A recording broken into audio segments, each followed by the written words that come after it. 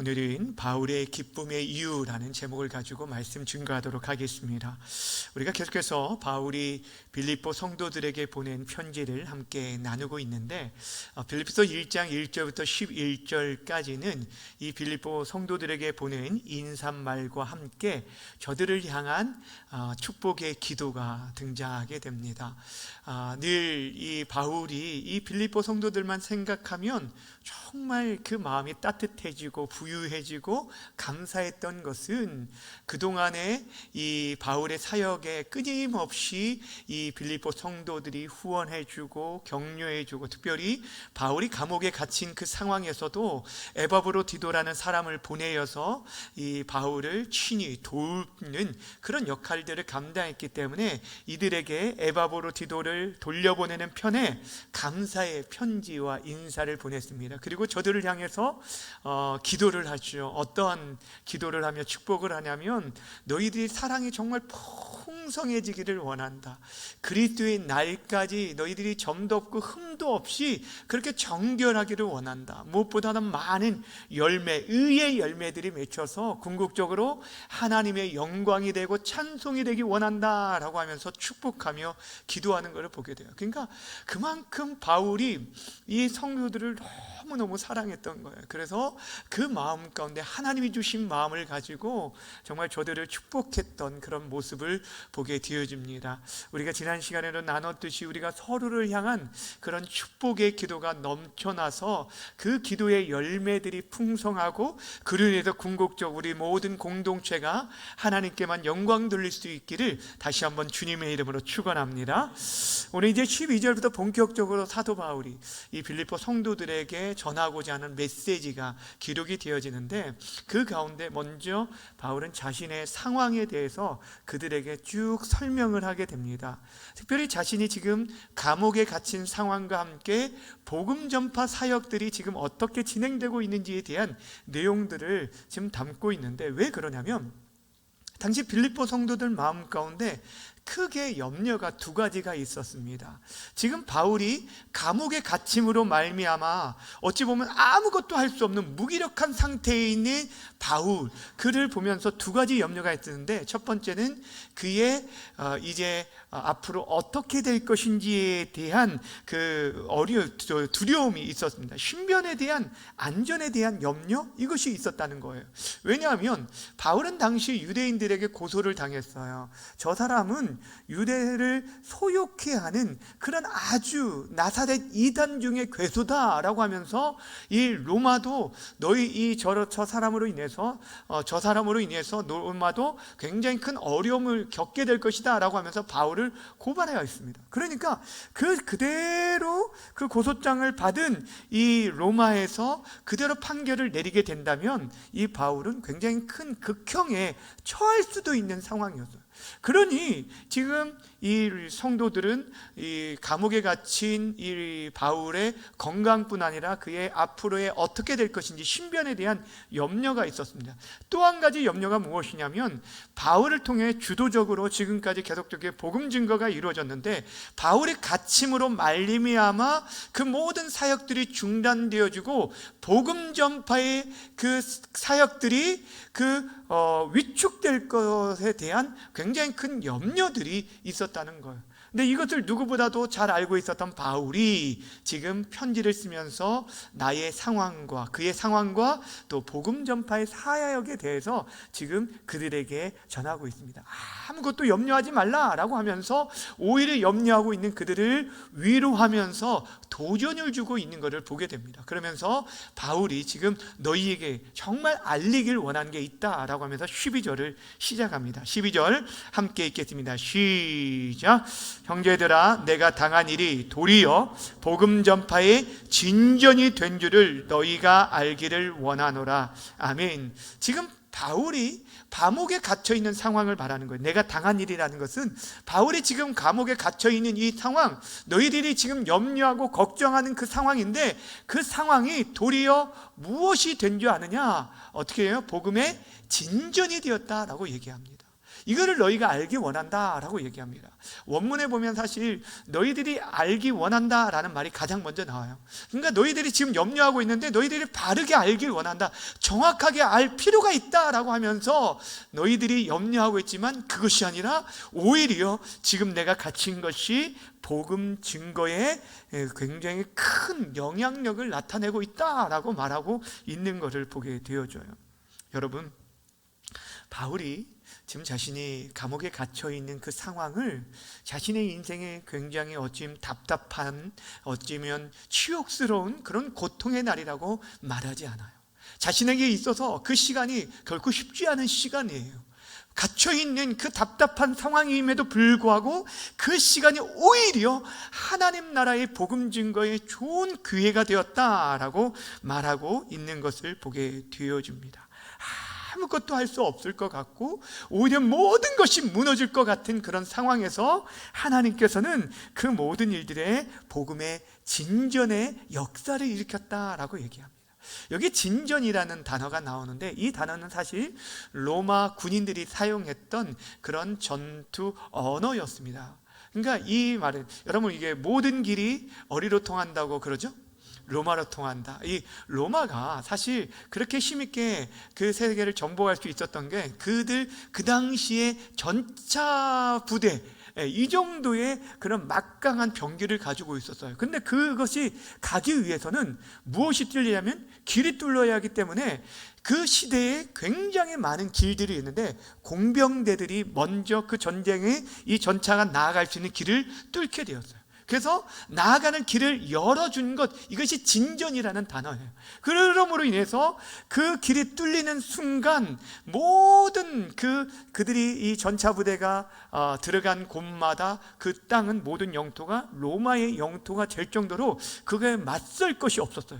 근데 지금 바울은 그 단어를 사용해서 복음이 지금 이런 놀라운 역사를 일으키게 되었다는 거예요. 자신이 감옥에 갇힌 이 일이 오히려 진전이 됐다는 거예요. 길을 여는 큰 문이 되고 그 모든 길을 닦아 놓아서 복음이 힘있게 증거되어졌다라고 지금 말하고 있는 것을 보게 되어집니다. 감옥에 갇히는 그 어려움이 복음 사역에 어찌면 큰 돛대를 달아서 힘있게 더 전진해 나아갈 수 있었다는 거예요. 찬송가에 보면 고요한 바다로라는 그 찬양이 있어요. 근데 2절 가사에 보면 이런 가사가 있어요. 큰 물결이 일어나 나 쉬지 못하나 이 풍랑으로 인하여 뭐 한다고요? 더 빨리 갑니다. 예. 여러분, 참 그런 일들을 많이 경험하지 않습니까? 많이는 아니더라도 우리가 정말 어려운 문제였는데 오히려 그 일로 인해서 내 인생 가운데 하나님이 더 우리의 삶 속에 내가 깨닫지 못했던 더 큰 비밀과 능력들을 나타내신 일들을 참 많이 경험하게 되고 또 간증하는 일들도 많이 들었어요. 우리 성도님들 가운데서도 어떤 일로 인해서 병원을 찾게 되었는데 그 전에는 발견하지 못했던 것을 이렇게 발견해서 큰 병을 막을 수 있었던 일들도 참 많이 듣게 됩니다. 작은 거였지만 그 일로 인해서, 그것들로 인해서도 근심했는데 오히려 그로 인해서 더 큰 문제들을 막는 일들도 참 많이 보았다는 거예요. 우리 인생은요, 사실 우리가 하나님 안에서 거하면 나아갈 때 우리에게 지금 보이는 그 어려움과 고통의 문제, 그 지금은 눈물 흘리고 아파할 수밖에 없는 시간이지만, 그러나 그 앞에서도 하나님 앞에 순종하면 나아가기만 한다면 하나님은 우리 인생을 결국에 하나님의 선한 뜻대로 우리를 선한 길로, 더 빠른 길로, 지름길로 인도하심을 믿으시길 바랍니다. 그러면서 이 복음의 진전이 어떻게 이루어지게 됐는지 두 가지 상황을 얘기합니다. 먼저는 시위대 상황을 13절에서 이렇게 얘기합니다. 13절 함께 읽겠습니다. 시작. 이러므로 나의 매임이 그리스도 안에서 모든 시위대 안과 그 밖의 모든 사람에게 나타났으니, 자신의 매임이 지금 감옥에 갇힌 것이 시위대 안과 밖에 있는 모든 사람에게 나타나게 되었다라고 얘기합니다. 여기 나타나게 됐다는 것은 빛나게 되었다는 거예요. 자신의 매임이 오히려 그들에게 나타나고 빛나게 되었다라고 말하는 것을 보게 됩니다. 여러분, 여기서 이제 시위대는 지금 사도 바울 로마에 갇혀 있죠.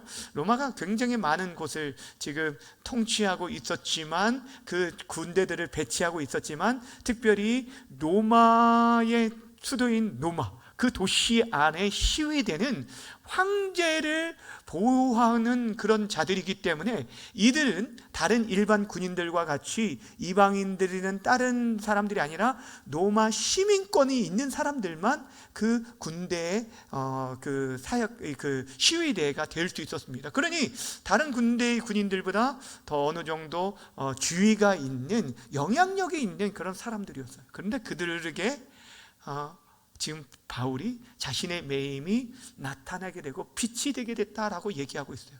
왜 그러냐면 그들에게 복음을 증거할 수 있었기 때문이에요. 여러분, 시위대, 특별히 이제 간수들에게 복음을 전할 수 있었던 이유가 무엇일까요? 당시 기록에 의하면은 한 죄수를 4명의 군사들이 사교대로 그들을 계속적으로 지켰습니다. 특별히 어떤 위험성이 있는, 탈옥의 위험성이 있는 자에 대해서는 어떻게 하냐면, 발이 있으면 한쪽 발은 한쪽 간수의 발과 연결해 있고, 쇠고랑을, 또 한쪽 발은 또 다른 편 간수의 발과 연결해서 도저히 빠져나갈 수 없는 그런 어려움 가운데 있었어요. 그런데 여러분, 바울에게 있어서도 굉장히 어려운 시간이지만, 지금 함께 있는 간수들에게 있어서도 꼼짝 못하고 누구 옆에 있어야 돼요? 바울 옆에 있어야 합니다. 근데 바울은 그 시간을 무슨 시간으로 담았다는 거예요? 복음 증거의 시간으로 삼았다는 거예요. 제가 어떤 교수님의 그 이야기를 들었는데, 저희 이제 총신대 신대원 교수님이신데, 그 교수님이 그런 얘기를 하셨었어요. 예전에 자신이 군대를 가려고 할 때 너무너무 싫었다는 거예요. 당시에 2년 6개월이었는데 2년 6개월이면은 여러분 생각해 보세요. 아주 굉장히 젊은 나이, 한참 제일 놀기 좋아하는 그런 나이에 2년 반 동안 군대에 여러분 이렇게 갔다 온다는 것은 사실 쉬운 일이 아닙니다. 이런 얘기를 하면 여자분들이, 우리 여성도님들이 애 낳는 것이 더 어려워요 이렇게 얘기하시더라고요.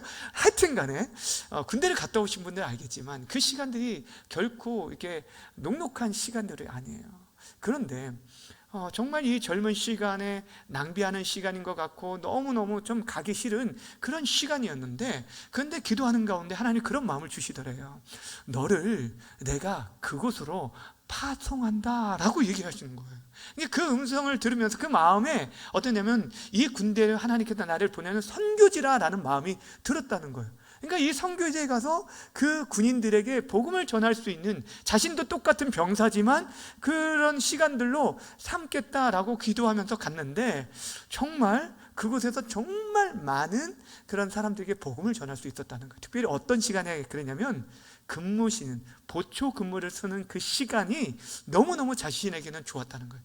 저녁에 피곤하잖아요. 밤에 잠을 자는 시간에 중간에 깨서요 2시간, 1시간 반씩 보초 근무를 씁니다. 그런데 그 시간에 두 사람만 있는 거예요. 두 사람이 보초를 쓰는 거예요. 그러면은 선임병이든 후임병이 있으면 선임병이 보통 이렇게 물어봐요. 뭘 물어보냐? 처음에 만나면은 애인 있느냐, 애인 얘기 끝나면은 여동생 있느냐, 여동생 없다고 하면 누나 있느냐 해야지, 막 이런 얘기를 막 물어보거든요. 근데 그런 일도 처음에만 있지, 시간이 지나면 더 이상 할 얘기가 없어요. 그런데 이때 그런 시간을 이용해서 계속적으로 뭐를 전했냐면 복음을 전했다는 거예요. 그래서 그때 많은 자신이 이제 군종병으로 있으면서 참 많은 사람들을 전했다, 이게 그 교회를 이끌었다라는 그런 얘기를 하면서 그 얘기를 합니다. 지금 바울이 마찬가지예요. 그들이 정말 이전에 같으면 자신이 직접 선교지를 가서 1차, 2차, 3차 전도 여행을 통해서 가서 전해야 했지만, 지금은 어떤 상황입니까? 가만히 있어도 스스로 사교대로 사람들이 계속 자기에게 찾아옵니다. 간수들이. 그래도 사람들이 바뀌면서 찾아오게 됩니다. 그러니까 이태를 머물면서 로마 감옥에서 계속적으로 복음을 전할 수 있는 상황. 그 전에는 자신이 계속적으로 위협을 당했어요. 그렇죠? 복음을 증거함으로 인해서 죽을 고비를 계속 넘겼지만 지금 그 감옥에서는 철저히 죄수이기 때문에 보호를 받는 상태에서 마음껏 복음을 전할 수 있었어요. 무엇보다도 지금 복음 증거함으로 감옥에 갇혔기 때문에 더 이상 두려울 것이 없어요. 이거에 대해서 아주 정말 자신 있게 계속적으로 복음을 전했다라는 것입니다. 사랑하는 여러분, 바울이 지금 자신에게 있어서 때를 얻든지 못 얻든지 그 모든 시간을 복음을 증거하는 시간으로 삼았다고 얘기하고 있는 것입니다. 그리고 그 열매가 있었던 것을 우리가 간접적으로 알 수 있는 것이 빌립보서 4장 22절 마지막 인사말에서 찾아볼 수 있습니다. 함께 읽어볼까요? 시작. 모든 성도들이 너희에게 문안하되 특히 가이사의 집 사람들 중에 맺히니라. 아멘. 자, 가이사가 누구죠? 황제죠. 황제의 집, 이게 황제의 녹을 먹고 있는 사람들 중에 너희에게 문안하는 사람이 있다라는 거예요. 지금 바울이 지금 이 편지를 쓰고 있는 중에 로마에 있는 성도들이 빌립보에 있는 멀리 있는 빌립보 성도들에게 안부를 묻는데 그 중에 가이사 집 사람들이 있었다는 거예요. 아마 이들 가운데 많은 학자들이 지금 이 키위대 이 사람들에 속한 사람들이 있을 것이다 라고 얘기하고 있는 것입니다. 이처럼 복음의 진전이 시위대를 통해서 나타나게 되었어요. 또 어떤 상황에서 나타났냐면 2절 보세요. 로마에 있는 형제들의 상황인데 14절입니다. 14절 함께 읽겠습니다. 시작. 형제 중 다수가 나의 매임으로 말미암아 주 안에서 신뢰함으로 겁없이 하나님의 말씀을 더욱 담대히 전하게 되었느니라. 아멘. 지금 형제 중 다수가, 굉장히 많은 사람들이 자신의 매임을 보고 오히려 그 마음 가운데 신뢰를 얻었다는 거예요. 그러니까 바울이, 여러분 생각해 보세요. 매여있는 그런 상황 가운데서도 시위대 사람들에게 복음을 증거하는 걸 보고 그 주변에 있던 로마 그 지역에 있던 성도들이 마음의 도전을 받는 거예요. 확신을 갖게 된 거예요. 아, 정말 복음엔 능력이 있구나라는 것들 확신을 가지고 그들 또한 두려움 없이 겁 없이 그들이 하나님의 말씀을 힘있게 전하게 되었다라고 말하고 있는 것을 보게 되어집니다. 여러분, 바울이요 13절에서도 14절에서 자신이 매였다라는 이 매였다는 얘기를 계속하고 있어요. 자신의 몸은 지금 매여 있어요. 그런데 여러분, 무엇은 매이지 않았어요? 하나님의 말씀, 복음은 매이지 않는다는 것. 이것이 하나님의 능력이기 때문이에요. 생명이기 때문에 그 어떤 상황에서도, 여러분 지금도 왜 공산권에 지난번에 주일일 오후에 말씀드렸던 기독교 박해 국가 지역에서도 지금도 여전히 죽음을 무릅쓰고 복음을 증거하고 있는 줄 아십니까? 왜냐하면 자신들이 그렇게 매이는 가운데 있지만 하나님의 말씀 능력이 있음을 알기 때문에 그렇게 증거했다는 거예요. 자신에게 어떤 고통이 따르더라도 그것과 비교할 수 없는 생명의 역사가 계속 증거되기 때문에 지금도 나아가요. 제가 그 신대원 다닐 때 저희 2년 후배였던가요? 1년 후배였던 게 탈북민이 한 분 계셨었어요.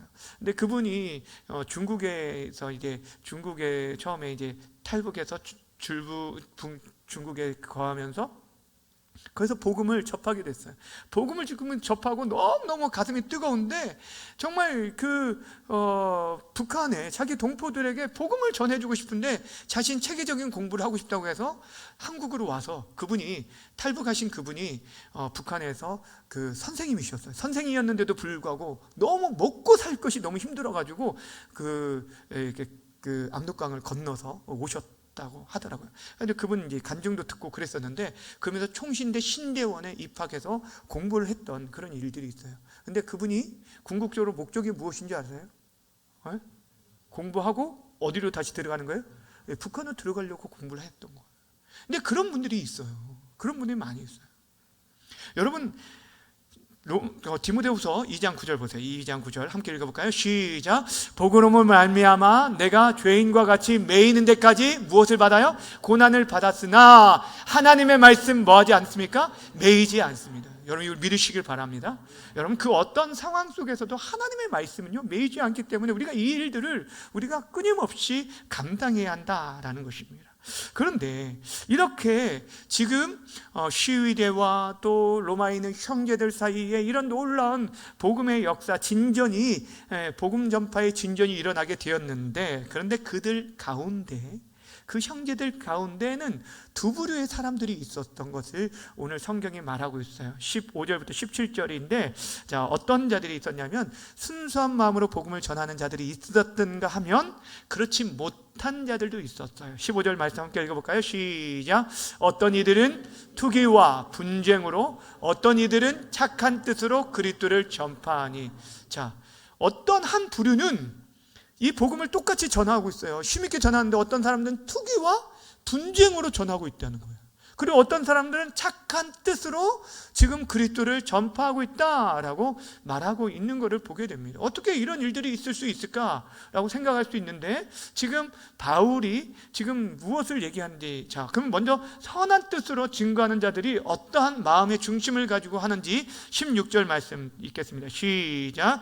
그들은 내가 복음을 변증하기 위하여 세우심을 받은 줄 알고 사랑으로 하나. 자, 보시면 이들이 지금 어떤 자이냐면 착한 뜻으로 전하는 자들을 말하는 거예요. 착한 뜻, 이게 이렇게 대꾸법으로 이렇게 지금 되어 있는데 A, B, A 구조로 되어 있어요. 자, 그러니까 지금 착한 뜻으로 전한 자들이 16절에 나와 있고, 또 투기와 분쟁으로 하는 자들은 17절에 나와 있는 내용들이에요. 그러니까 지금 착한 뜻으로 전한 자들은 지금 자신이 복음을, 이제 바울의 복음을 변증하기 위해 세우심을 받은 것을 알고 사랑으로 그 일들을 자신 또한 동참했다는 거예요. 이게 무슨 말이냐면, 바울이 지금 이 로마 감옥에 갇힌 것은 이게 억울하게, 이게 지금 재수가 없어서, 세상 말로 재수 없어서 잡혀서 지금 감옥에 갇혀 있는 것이 아니라는 거예요. 하나님의 선한 뜻 가운데 복음을 많은 사람들 앞에서, 특별히 유력한 자들 앞에서 변증하기 위해서 하나님의 세우심을 그들이 깨닫게 된 거예요. 아, 그렇구나. 바울 선생이 이곳에 온 것은 하나님의 이 복음을 많은 사람들 앞에서 변증하기 위해서, 복음의 복음됨을 전하기 위해서 하나님께서 세우셨구나라는 것들을 그들이 깨닫게 된 거예요. 그러니까 이 일을 위해서 지금 바울이 갇혔으니 자신들이 이 일들을 대신 감당하는 것이 바울의 사역을 돕는 일이구나라는 것을 깨닫게 된 거예요. 그래서 이 일들이 함께 동참한 거예요.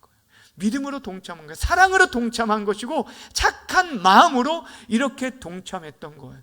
여러분, 지금 바울이 이 복음 때문에 감옥에 갇혔기 때문에 자신들도 그렇게 하다가 또 감옥에 갇힐 수도 있는 위험성이 있음에도 불구하고 이 일을 위해서 하나님께서 바울뿐 아니라 자신들을 세웠다는 것을 믿었기 때문에 그렇게 복음을 위해서 나아갔던 거예요.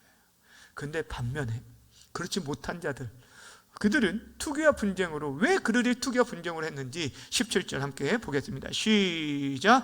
그들은 나의 매임의 괴로움을 더하게 할 줄로 생각하여 순수하지 못하게 다툼으로 그리스도를 전파하느니라. 아멘. 지금 이들은, 한 부류들은 자신의 매임의 괴로움을 더할 것이라고 생각을 하고 그렇게 지금 다툼으로 전했다라고 얘기합니다. 이들은, 학자들이 당시 바울이 로마에 방문하기 전에, 로마 교회는요, 여러분, 바울이 세운 교회가 아니죠, 그렇죠? 예, 그거는 스스로 자생한 교회입니다. 그러니까 이미 성도들이 있어요. 유대인 그리스도인이든 이방인 그리스도인이든 있었다는 거예요. 근데 그들 가운데 지금 갑자기 들어온 바울이 영향력을 미치게 되는 것을 보면서 굉장히 시기심이 나게 되었다는 거예요. 자신들이 그동안 증거한 것과 자신들의 어떤 입지들이 흔들리게 되어지자 지금 바울의 사도성을 가지고 그를 흔들려고 하고, 지금 바울이 갇혀 있는 상황에 자신들의 영향력을 확장시키기 위해서, 그래서 바울로 하여금 오히려 자신이 이렇게 화가 날 정도로, 화가 나도록, 그렇게 샘을 나도록 그렇게 복음을 증거했다는 거예요. 자신들의 영향력을 키우기 위해서. 그러니까 이들은 순수한 목적은 아니죠. 그래서 오늘 본문에 보면 바울이 순수하지 못했다라고 말하는 것을 보게 되면, 그들은 어찌 보면 자신들의 이름을 드러내기 위해서 공명심 가운데 그렇게 복음을 전했던 것을 보게 되어줍니다. 참, 시대에 우리가 주의할 자들이 바로 이런 자들이에요. 왜냐하면 이들은 여러분 어떤 자들이냐면 이방인들이 아니에요. 예수를 믿지 않는 이방인들이 아니에요. 이들은 거짓 이단들도 아니었습니다. 이들은 어떤 자들이었다고요? 예수를 믿고 있는 그리스도인들이에요. 똑같은 그리스도인들이었어요. 근데 이미 앞에 먼저 믿었던, 아니 어찌 보면 그 자리에 먼저 정착해 있던 그런 자들이었어요. 그러니 굴러온 돌이 박힌 돌을 뺀다라는 느낌을 받았을지 몰라요. 이런 일들이 참 많이 일어납니다. 교회 공동체 안에도 보면 보이지 않게 그런 일들, 어떤 사람들이 좀 더 인정을 받고 사랑을 받는 것을 견디지 못하고 시기하고 그 사람의 조그마한 흠을 크게 부풀려서 어떻게든 끌어내리려는 그런 사람들을 보게 됩니다. 이것을 우리는 경계해야 돼요. 여러분, 어떤 선한 경쟁심을 가지고 일을 하는 일들, 저기가 이렇게 열심히 하는구나, 우리도 조금 분발하자라는 선한 경쟁심은 괜찮은데, 그런데 그렇지 않고 자신의 이름을 위한 그런 일들이 되어진다면 그것은 헛된 야망이 되는 거예요. 교회 공동체는 그래서는 안 되는 거예요. 여러분, 제가 정확한 어떤 그 사회학자의 이름을 제가 잃어버렸는데 오래전에 읽었던 책 가운데 그런 내용이 있었어요. 그 사회학자가 한국인의 좀 단점에 대해서 지적하면서 도관에 든 개로 비유한 적이 있어요. 개, 옆으로 기는 개 있죠? 개로 비유한 적이 있어요. 그러니까 한국 사람들은 한 사람 한 사람은 굉장히 잠재력이 많이 있어서 함께 힘을 모으면 어떤 어려움도 이겨낼 수 있는 굉장히 큰 잠재력을 가지고 있는데, 그런데 함께하는 것이 너무너무 힘든 민족이다라는 얘기를 해요. 그러니까 도간에 이 항아리 있잖아요. 큰 김치독 같은데 갇혀있는 개가 혼자서의 힘으로는 그것을 빠져나올 수 있는데, 그런데 한 마리도 그 독에 벗어나지 못한다는 거예요. 왜냐하면 계속적으로 올라가려고 하면 누가요? 뒤에서 계속 잡아당긴다는 거예요. 저는 오늘 설교 주면서 그 생각이 갑자기 아주 오래전에 읽었던 10년 전에 읽었던 책이었는데 갑자기 그게 딱 떠올랐어요. 정말 우리들이 주의할 게 그런 거예요. 우리들이 하나님 나라, 특별히 복음 증거하는 일을 감당하는 데 있어서 정말 우리가 어떻게 감당을 해야 하는가, 분명하죠. 착하고 좋은 마음, 사랑하는 마음으로 또 하나님 나라를 세워가는 그런 마음으로 이 일들을 감당해야 한다는 거예요. 여러분 기억하세요. 성경이 우리를, 교회를 몸의 지체로 비유한 이유는 무엇이냐면 서로가 서로를 돕는 공동체이기 때문에요. 여러분, 저 사람만 없으면 참 내가 편안할 것 같죠. 공동체가 조용할 것 같죠. 그렇지 않다니까요. 그렇지 않아요. 너무너무 귀한다. 모두가 정말 귀한 거예요. 고린도 전서 12장 말씀 보십시다. 고린도 전서 12장 25절부터 27절까지. 자, 함께 읽겠습니다. 시작. 몸 가운데 분쟁이 오직 여러 지체가 서로 같이 돌보게 하셨느니라. 만일 한 지체가 고통을 받으면 모든 지체가 함께 고통을 받고, 한 지체가 영광을 받으면 모든 지체가 함께 즐거워하느니라. 너희는 그리스도의 몸이요 지체의 각 부분이라. 여러분, 이 교회를 말하는 거예요. 그리스도의 몸, 우리는 몸이라고 말하죠. 그리고 성도들은 각 지체예요. 우리 모두 한 사람 한 사람이 가장 중요한 건 머리 대신 예수 그리스도와 연결이 되어져야 하고, 또 연결된 우리 모두가 서로가 긴밀하게 서로를 돌아보는, 그때 함께 세워져 가는 공동체가 되어져 가는 것입니다. 오늘 이렇게 사도 바울의 사역을 돕기 위해서 여러분, 어떤 사람들은 정말 그 일들이 하나님 기뻐하시는 일이라는 것들을 알고 돕기 위해서 그렇게 복음 증거하는 사람이 있었고, 오히려 바울을 괴롭게 하기 위해서 복음 증거하는 일에 열심을 내었던 사람들이 있었다라고 말하고 있습니다. 그런데 이에 대해서 사도 바울이 어떤 마음가짐을 가지고 있었는지 18절 말씀 함께 읽겠습니다. 시작. 무엇이냐, 거칠어로 하나 참으로 하나 무슨 방도로 하든지 전파되는 것은 그리스도니 이로써 나는 기뻐하고 또한 기뻐하리라. 아멘. 여러분, 바울이 무엇으로 기뻐하고 또 기뻐한다라고 말한지 아십니까? 자신을 사람들이 알아주기 때문에 내가 좀 이제 이 감옥에서 나갈 수 있다는 그런 소식을 들어서 기뻤다고 얘기한 게 아니에요. 어떤 추록에 대한 그런 소식이, 어떤 그런 조짐이 보이기 때문에 사람들이 막 탄원서를 내서 자신이 이제 나갈 수 있게 됐다는 그런 소망된 이야기를, 희망된 이야기를 들었기 때문이 아니라니까요. 그는 지금 기뻐하는 게 있어요. 무엇 때문에요? 복음 증거 때문에.